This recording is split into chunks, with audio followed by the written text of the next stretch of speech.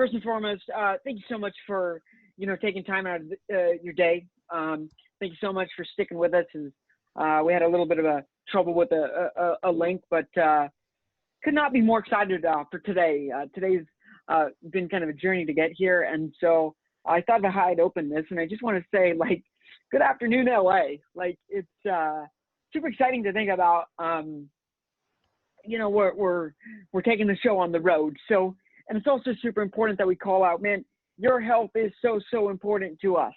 And I guess I feel like in these times when we're supposed to, shelter in place, work from home, this 1-bedroom apartment keeps getting smaller by the day.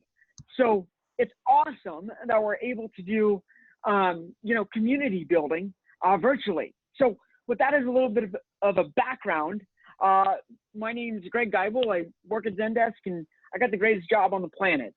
As I alluded to, we started off in San Francisco, took the show on the road to New York. And the fun fact about San Francisco is, first event, there was more there was more pizza than people. Fun fact here is Zoom is super secure, MeetUp super secure, and this is going to be a great meeting. And my passed my security test yesterday, so it's all coming together. So if we can move to the next slide. That's working too. Okay, so regardless of the city, regardless of in person, 3 super simple goals. Hopefully you'll walk away learning something. Hopefully you'll walk away with a new friend, and ultimately, you have a little bit of fun in the process. Those goals are absolutely never going to change, and it excites me that people within our organization are able to repeat those. And it's also exciting to think how technology is able to help us as we grow. So I guess we'll go to the next slide. And so we'll go to the next slide. And, it's fascinating, again, the way people are using Zoom. Some of us may or may not have been to a happy hour, trivia night. It's just awesome. So, but just a couple best practices that I learned that I wanted to share. During the presentation, you're going to be muted. When we get out into breakout rooms, we hope, that you show your camera, right? Show your face. I'd really like to see a smiling face, meet a new person. And I think, as we started the meetup, the chat's super beneficial, as a way to, start the conversation. If we move on to the next slide, as I mentioned, started in San Francisco and had a little bit of success. The reason why we were successful is because of, the customer logos, that are there. If we move to the next slide, again, it makes me smile thinking that we were able to take the show on the road, with some phenomenal customers, logos there, and some great friends. And today is, today marks something truly special. We're now in SoCal, which it's awesome. All the work that goes into something like this, and if you're at all interested, after this thing, I'd absolutely love it if we can get you speaking. So if we go to the next slide. So if you're new to Zendesk, 3 founders with the goal to build a next generation CRM. And we now have over 145,000 customers. And I'm so blessed that 3 of them have, decided to step up today. So with that, we've got some prepared content, and at this point, I'd like to turn it over to Kristen. Awesome. Thanks, Greg. Good afternoon, everyone. Thanks so much for having me. I'm so happy to be here for our inaugural SoCal meetup. I promise we'll meet up offline sometime, but I think it's a really great thing and a testament to, this newly burgeoning community that we've still gathered and that we can still launch online instead. So thank you to everyone for taking the plunge with us today. My name is Kristen Durham. I'm the VP of Startup Initiatives here at Zendesk. Work with Greg and a lot of the team that's on the line here today. What we do is essentially try to provide support to startups of all sizes that are just getting started building their customer experiences, through unicorn stage companies who are really digging through some difficult technical challenges or growth challenges. I've been with Zendesk for about 4 years now. Most of that time as chief of staff to the CEO. And so have also had my own slightly more mature startup experience, being with the company from when we were about 1,200 employees to now 3,600 employees today. So it's been a fun ride. The focus of our discussion today, and I'll just kind of set up a little bit of a primer. What we're here today to talk about is essentially leading with compassion. I think it's something that we all want to do, whether it's with our customers or our teams or our families.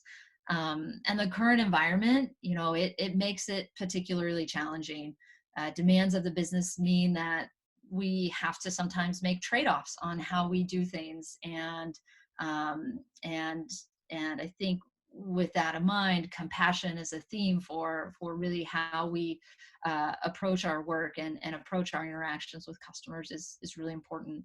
I have 3 fantastic panelists and community members here today to explore how they have been approaching things like serving their customers empathetically, managing current challenges from the pandemic and shelters in place, and much more.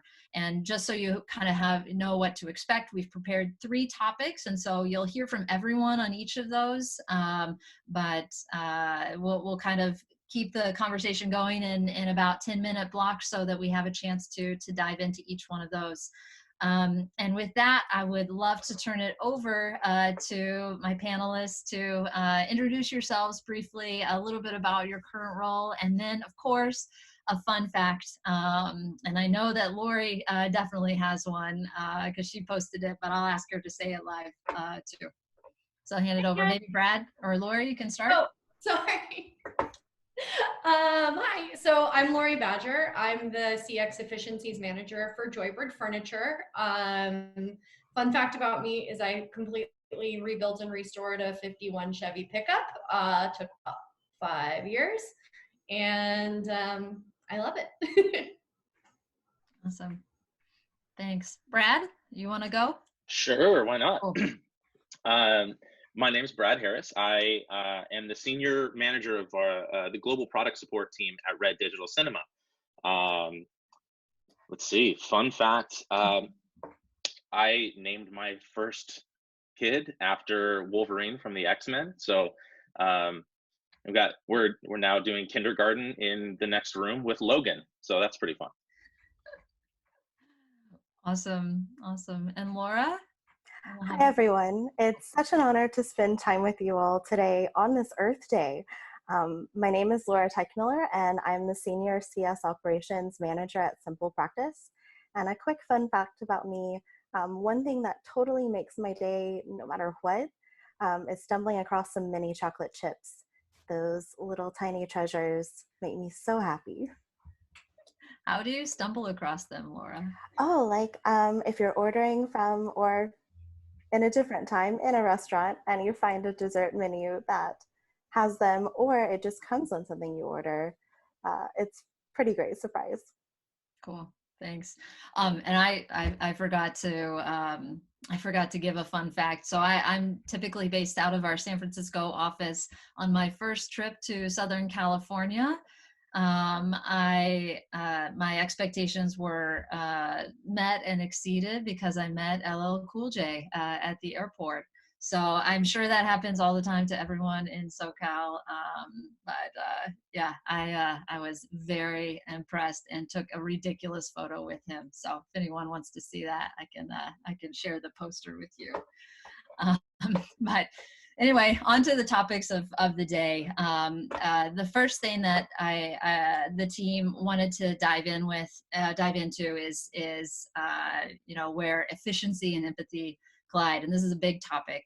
Today's environment is one where everyone is in a heightened emotional state, both customers and customer support agents.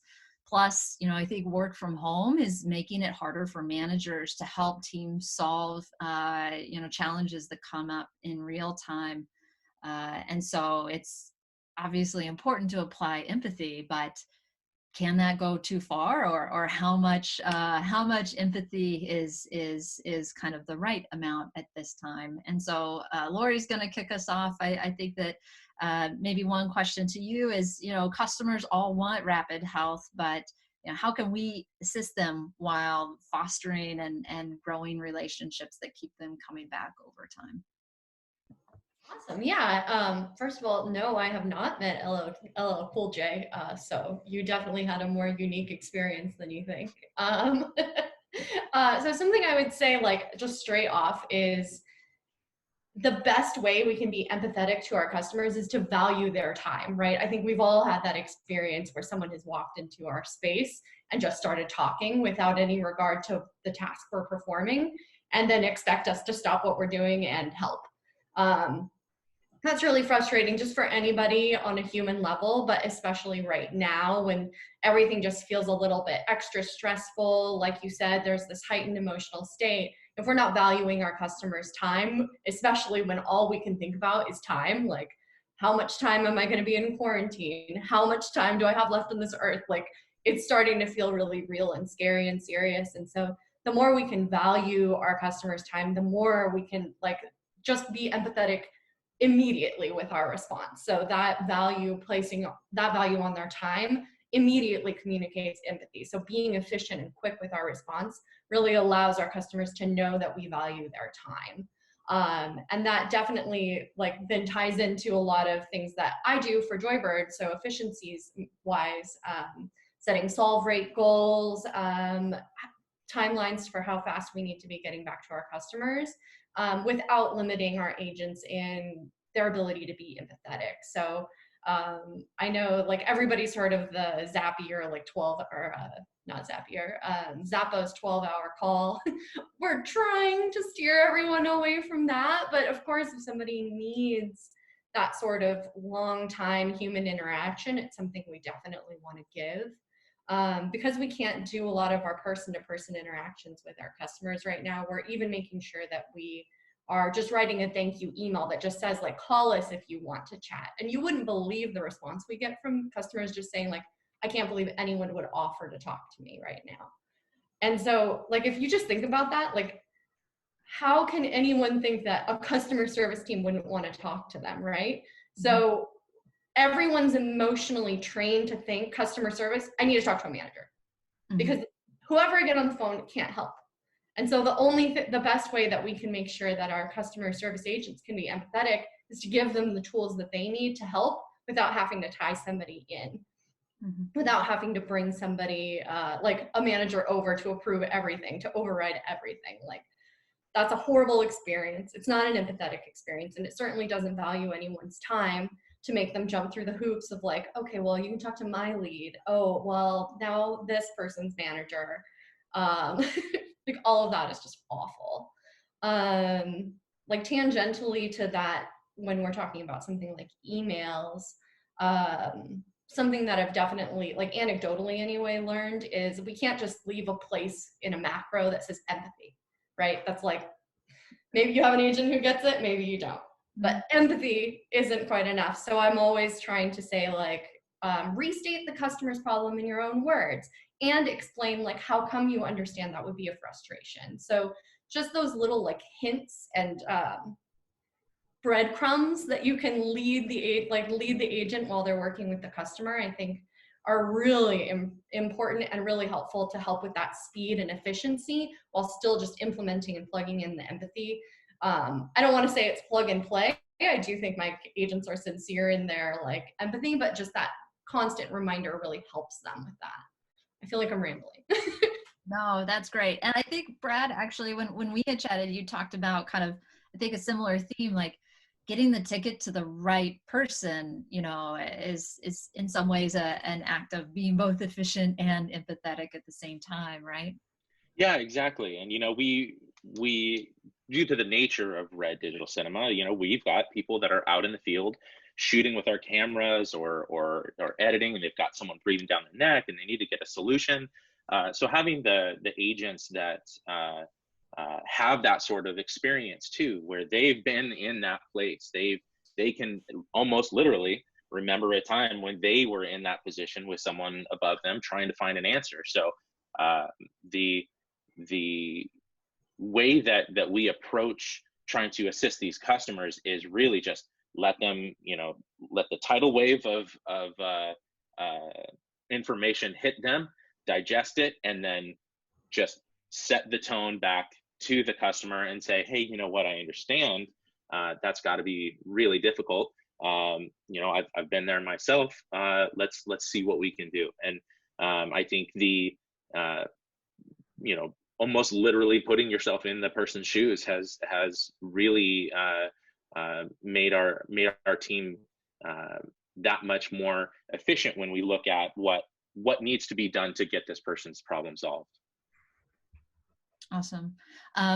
When we were chatting earlier or last week, Laura, you talked about one of the things that you guys did there at SimplePractice when you had this surge of first timers, you know, spinning up telehealth practices. I'd love for you to share that with the group. I thought it was great.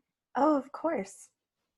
So it did feel like overnight, so many people were adopting our telehealth feature because they were having to move to completely remote practices to be able to reach their clients.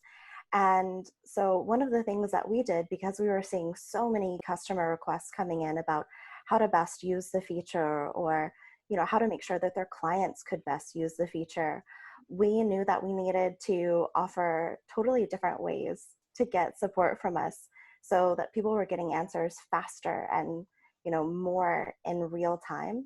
So we took the initiative to work with our marketing team actually to set up a telehealth Q&A class that was led by a live member of our team. He was wonderful being able to set that up so quickly.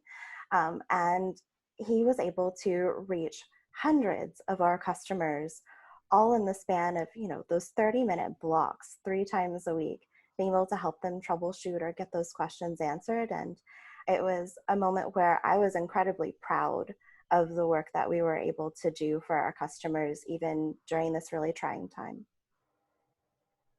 Yeah, and I think like those sort of out of the box way, like, you know, we even struggle with it too sometimes, just working with our startup customers at Zendesk. Lots of people have lots of questions, like but many of those are the same. So how do we kind of consolidate the questions and consolidate the conversation so we can kind of tackle it all at once? And you know, you kind of have that joint learning, which is also a function of kind of marketing and support at the same time.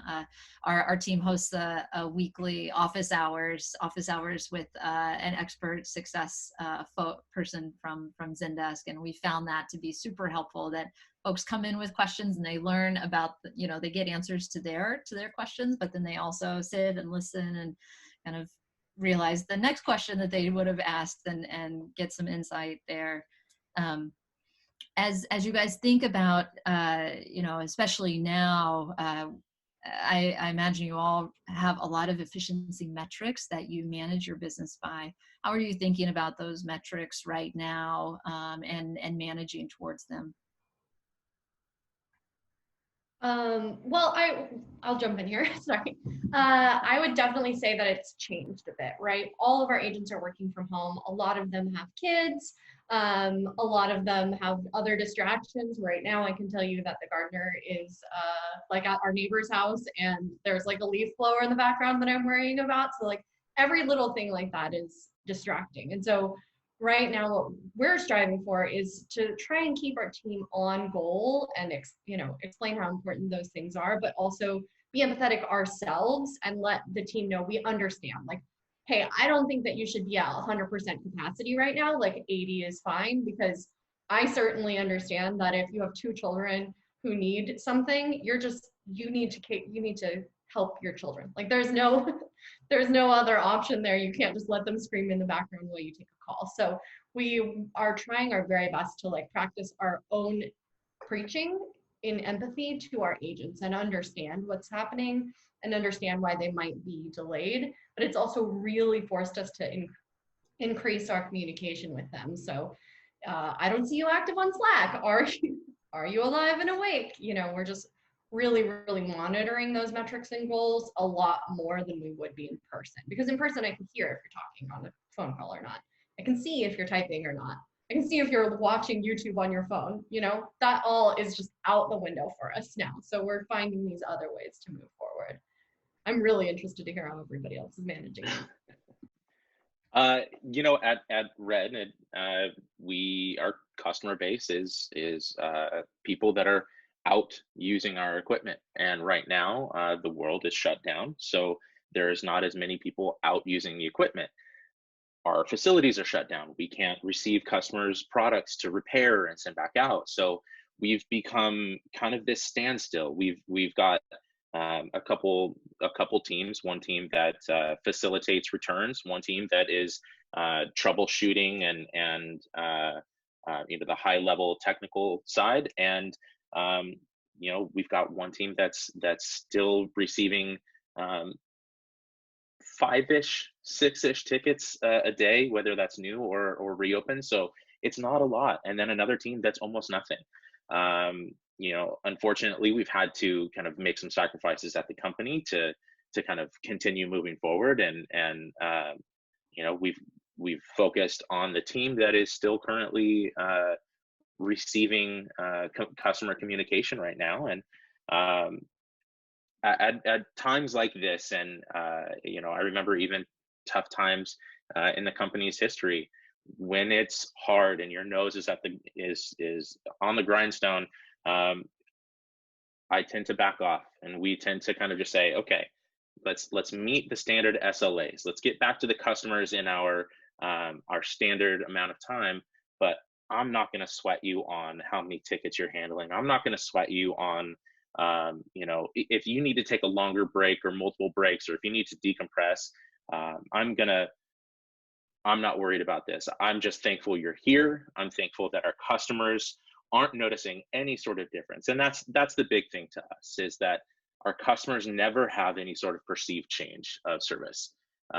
Is if you can still maintain our high bar of support, you're good. Hit those SLAs, we're fine. You know, we still report up our standard metrics. We still provide those to the company, or to the leadership, but we're really relaxed, especially right now. Well, just happy to see faces. Yeah, I think maybe that's a good transition to our next topic, which is around inspiring, you know, courageous and empathetic agents. And I think that, you know, as we've talked as a group, like, we all know that empathy is the cornerstone of customer support. But what does it mean to be courageously empathetic? What does it mean to empower your agents, you know, in normal times as well as in current times? And Brad, maybe you can kick us off with a few thoughts there. Yeah. You know, Lori definitely nailed the freestyle portion of this. I'm going to stick to a couple of notes. So if it sounds a little bit more rehearsed than Lori's, that's why. But you know, a lot of it does come down to company culture. You know, a positive company culture can go a long way into helping empower your agents to do the right thing by customers. But you know, we know that we just don't have full control over the company culture. So finding ways to empower our teams within the areas that we do have influence, it really goes a long way to inspiring them to be courageous and to make the bold choices that would otherwise hold them back from delivering a real above and beyond customer interaction. You know, we're lucky because the top leadership at Red a couple of years ago came up with a set of core competencies for the entire organization. So without going through all of those, 3 of them that really speak to us are be courageous, become your best, and inspire greatness. And I really feel like those three were written specifically for our customer experience team. They really embody what we do on a day-to-day, even before they came up with those core competencies. At Red, we definitely want to afford all of our support agents the opportunity to assist any customer, but due to the complexity of some of our products, it does take a bit more time for them to feel courageous enough to take on the harder questions and not feel like they have to pass along an interaction that they could learn and grow from. Providing those opportunities for our agents to learn has always been the key for our team growth, and our individual agent development. Not just with the product knowledge, but the communication skills as well, both of which can both empower the decisions on what is right for the customer and how to best guide them to a solution, or if we do need to assign it to another agent that's best suited to assist. All of that goes a long way in making a more confident and knowledgeable agent and overall team and department. Some of the ways that we provide these opportunities are with online resources like LinkedIn. Lynda.com is great. I hate to say it, but there's a lot of good stuff on YouTube as well. Some of the training comes from inside. We have fantastic subject matter experts. We're super fortunate to have a whole group of people that are like really inspired by the fact that they get to help teach our fellow employees as much as they get inspired when they're teaching our customers. Sometimes the best way to teach is to learn, so it all comes back around to them as well. We do our best to try to teach our agents to fish, showing them where they can find the information on their own first. Mm-hmm. Then they're encouraged to work with their team to come up with a solution or discuss previous experiences with similar issues, or just go set up a camera and try to figure it out together. I know personally, I'm extremely fortunate to have them or have the team that I have now, because they do make it easy for me. They are driven to help each other grow, and to them, it's almost as important as their day-to-day tasks as answering tickets and phone calls. One of the most important things that we found to really have courageous agents is always trying to find or do a better job of empowering our customer-facing teams to work with the customers on solutions rather than defaulting to escalations to management when discussions become difficult. So we found that this helps to reinforce the trust that we have in our agents to do the right thing.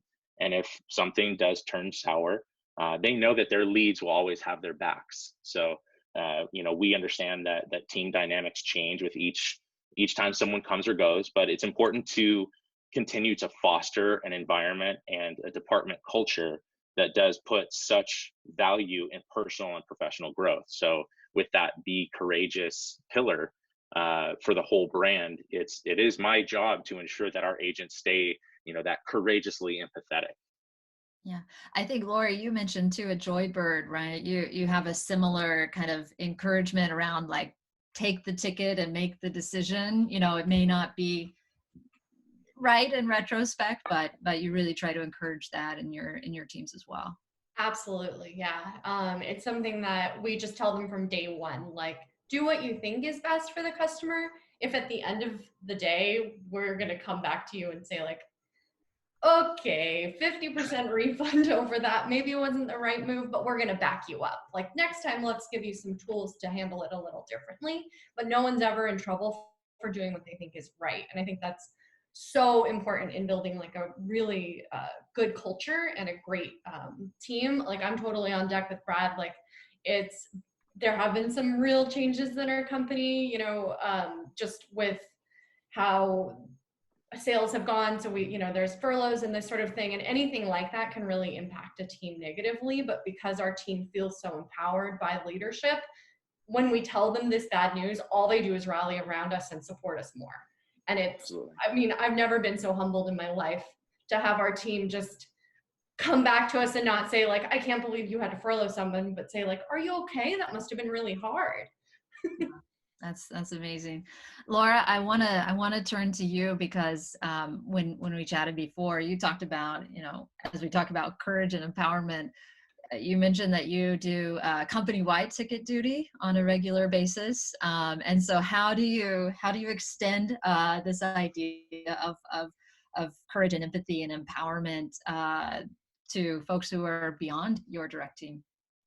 Oh, definitely. So, like you mentioned, every day, each week, our teams come together to answer customer requests. It doesn't matter what your role is in our company, we're going to do it together. And we're set up for success with this because we have a really robust onboarding and bootcamp program that everyone participates in when they first join SimplePractice. And during these all hands ticket rallies, we come together in smaller groups where we're able to talk through customer requests. And one of the ways that we really love seeing how beneficial this is to our customers is that no matter who you are, you're able to see exactly what our customers are saying, exactly what their needs are in those moments. And it can really inspire you to take on new tasks or build new enhancements to even further improve their workflows and make their days a little bit better. Awesome.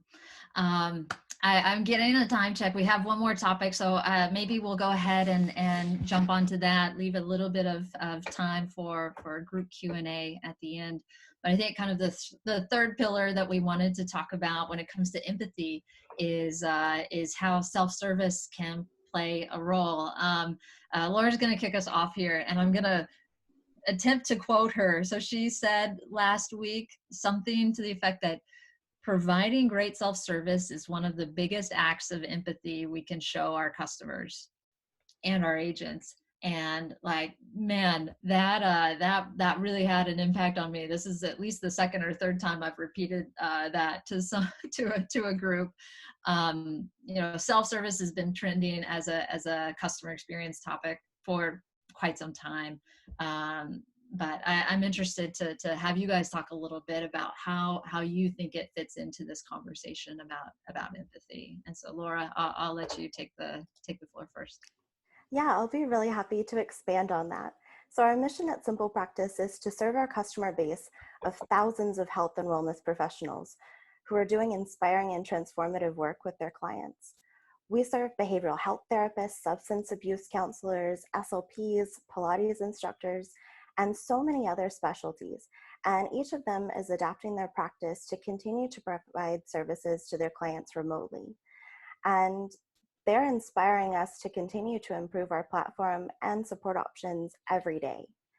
And we all know that more and more people prefer to self-serve. So one thing that we've really been considering is, how can we optimize self-service flows? And what does that mean for our customers? Because this really can be a tremendous act of demonstrating empathy to both your customers and your agents. What better way to show you care than to anticipate someone's needs, right? So as a customer, you don't want to go through a practically endless phone tree or have to wait to hear back from an agent about what should be an easy answer. With stress levels high and work-life balance presenting new challenges every day, you want an answer now in this very moment, and you sure don't want to have to wait. And as an agent, you don't want to have to answer the same easy questions over and over again. You want variety. You maybe even want to have just a little bit of your time back to be able to think about a project that you've been putting off that could really start driving your team from focusing just on customer support to success. So investing time and effort into a solid AI solution paired with a very robust knowledge base that's constantly kept up to date is one of the smartest business decisions we've made here at SimplePractice. Well over half of all requests that are coming through our AI are self-served with the knowledge-based guides that we're able to surface with it. So that really translates to thousands of requests per month where customers didn't have to wait for answers, and thousands of requests per month where agents didn't have to spend time churning out those same answers to easy questions. And when I say thousands, I totally mean it.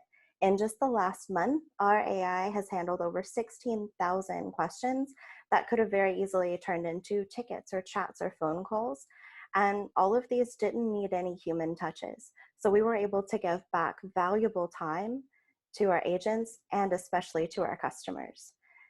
Knowing that our AI has our agents' backs and knowing that it's allowing our customers to save all of this time and energy because they're able to quickly get those answers they need is a huge morale booster for us.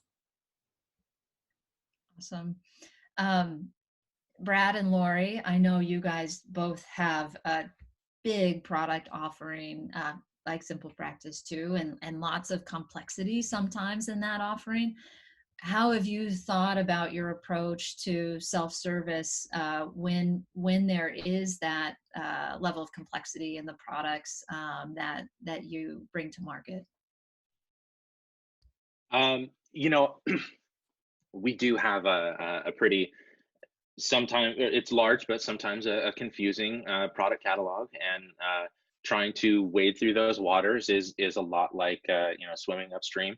But I think, you know, the what we're always trying to do is you know, again, like Laura said, you know, we want to show that empathy in the fact that we are trying to anticipate what questions they're going to have. We're trying to put ourselves in their shoes by saying, I know I don't want to get on the phone and call somebody. I don't want to wait, you know, X amount of hours between responses on a ticket. I want to quickly find an answer and get it done. I want to find a video. I want to find an article. I want to get something done right now because that's what I'm trying. I'm asking for the help right now. So, you know, trying to retrofit some of our older support articles to meet our new products, or, you know, our firmware's changed, and so our technical specifications changed, so we got to keep up with that. We also, you know, we very regularly look at the number of, you know, using Zendesk tools, just the number of searches that had 0 results. And when we see someone is searching for a certain thing, do we have an article that explains that? Do we have, you know, do we need to add something, add tags to the article so that shows up more frequently in searches? Again, we have some complex, even the naming structure of our products is complex. So we have to put in every single iteration of how this person is spelling this product to assume that this is what they're looking for and give them something to find. But Laura, that is extremely impressive. The thousands of AI results. I strive for that someday. Oh, well, thank you. And let me know if you want some tips. I'm always willing to help out. That's part of us building this community. Love it. Oh. Lori, did you want to chime in there? I will just confess. So I spent some time at everybody's help centers just so I could see. And I learned so much about black shading last night in the red help center. I love that you guys have like a video focused section, and it was so natural, right? It made so much sense for the type. You have to go out there and address that fixed pattern noise. Mm-hmm. Yeah, I think, I mean, really, Laura, that's like aspirational to think about thousands of return results. Just like Red, we have a huge catalog. Just like the concept of coming up with a Q&A for every product is daunting. So what we do is try and give a lot of overview and a lot of just plain information on every product page. So you shouldn't need to ask me, what are the dimensions of this? How much does it cost to ship? Like anything that would be a common question should be super duper apparent. And when we get questions like that, sometimes of course it's a little bit user error, but when we get questions that are like repeated over and over, we do use those to rebuild or reconsider what we're saying in our knowledge base, or even just the way we phrase the FAQ to begin with. Because something that I encountered really early on when building out our knowledge base is the way I think of things doesn't make sense to other people. And so what I would type to find something, just like no one, everyone was just, why would you type that? Lori, really now? Sure, And so it's a lot about like just getting input from other people as well to make sure that the broadest possible audience can be reached by our FAQ. So every new employee we have come in, we ask them to use our FAQ center and our knowledge base. And if they can't figure it out, we ask them what they were looking for. So we can re-tag those articles so that they can be brought back to the customer's attention, because there's no reason that you should have a really difficult time understanding something that's there in plain to see. So just getting a lot of eyes on it is definitely like our #1 way to make sure that we're giving our customers the best self-service that they can have. So when they come back to us, their questions are more like multi-part detailed stuff that of course you really can't help with AI. Awesome. Thank you guys all for that feedback. I know that we went a little bit longer than we had originally thought. And so Greg made I think Greg and I are making a game time call. Yeah. You guys have questions out there. I think we're just going to let folks bring those questions directly to our speakers in the breakout rooms in a little bit. So we'll skip that right now and I'll hand it back over to Greg. Yeah, so first and foremost, guys, it's amazing to truly think that we've kicked off the city virtually. It brings the biggest smile on my face you could ever imagine. So, you know, a couple key takeaways. You know, I noted this idea of next meetup.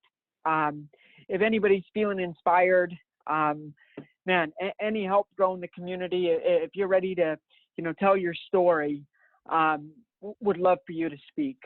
You know, in addition, we've got 3 other communities, San Francisco being one of them. We'll share the link for the San Francisco event, which is happening on the 6th. You know, some great customer speaking. And then, you know, we've got a quick intro on our startup program. If we go to the next slide, Pedro. Thank you, Greg. For the ones that I haven't introduced myself, yeah, I'm Pedro Miller, and I'm also part of the startup team. And my job is to make sure that startups are getting access to our product, community, and resources to help them grow their business and put their customers on the center of their operation and grow to be like, you know, like these phenomenal speakers that we got today that are sharing their best practice on self-service, omnichannel, and compassion. So if you haven't yet had a chance to start using our products, you can apply on the Zendesk for Startup program that Greg is going to send an email with the link. We're also going to share on our chat, or you can go on our page, www.zendesk.com/startup.